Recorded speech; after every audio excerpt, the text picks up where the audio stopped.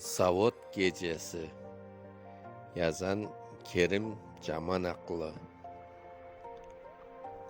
Hava aydın, kok açık, limon tüs ay, iş gecesi kaldırıp sevgi bere.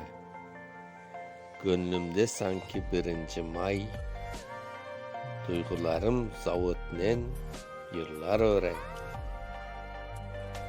Yırlay zavut gecenin gölgesinde, ocaklardan ışıklar cayılalar.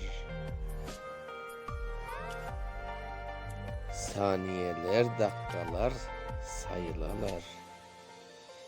Yarışlarga domnalar tezler teznen. Her bir yakta her türlü yanılık var. İşke kete Seydali Hacmelek'nen birbirinden kızıklık canlı udar.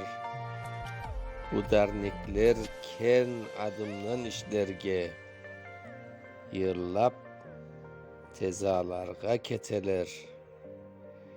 İş tezası çoyun kıskan tişlerge coyup resler eteler. Gürley anda paravazlar, vagonlar hep çalışıp ülkelerge yeteler. Kersten çıkan şu milyon tonnalar 5 yıllıkını 4 eda eteler. 1930. Okuyan Mustafa Şansal.